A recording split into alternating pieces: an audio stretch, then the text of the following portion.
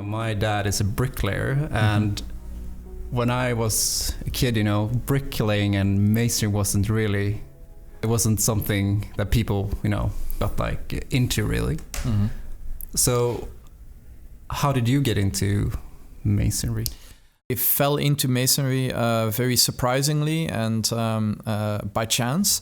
Because when I went to MIT, I had funding for the first year, and the second year I was looking for ways to finance my studies, and I ended up getting in touch with John Ochsendorf because he was looking for a French-speaking research assistant for a project he was doing on churches in the Bourbonnais in France. So I fit the background. I was a structural engineer, plus I spoke French. And so that's how we got in touch. And then that became the topic of my master thesis, how to basically assess in an efficient way hundreds of churches that don't necessarily have a high budget. And that's where I started to develop interactive graphic statics and interactive tools to kind of quickly evaluate all kinds of different church geometries and give a basic sense of their stability. Then John actually asked me to apply for a PhD because he thought that these ideas should be or could be extended to 3D. And that's just how I rolled into it. And the more I was working on these structures, the more I was absolutely blown away by their beauty. And I'm not necessarily referring to their aesthetics, but actually how proportionally thin they are, how they really, because of the constraints of the material, that they have no real bending capacity, that they really had to have a good form, but particularly really how thin they were and that they were still standing for so many years. And then to learn also the kind of the crazy situation that we have all this historic heritage and that actually they're so poorly understood. And so I saw this as a great challenge and something exciting, and so that's how it started for me.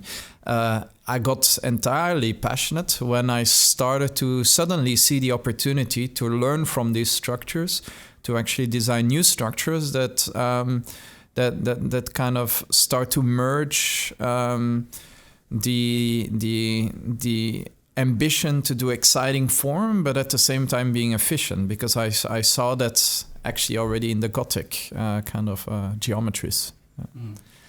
So quite coincidentally. But I think what's quite interesting with, there's a lot of people mentioning John Ochsendorf.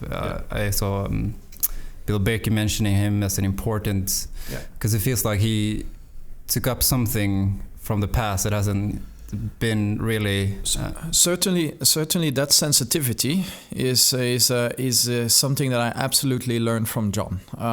The respect, but also the just opening up that there's so much knowledge that we have forgotten. That is kind of an attitude that I got from him. But more importantly, just in general, John is just such a generous and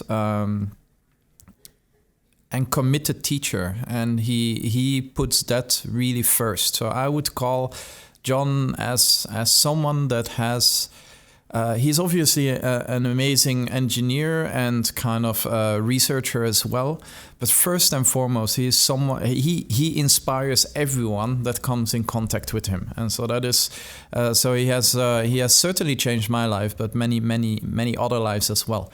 And so that is something why he's being mentioned by so many people, because he really has an extreme clarity on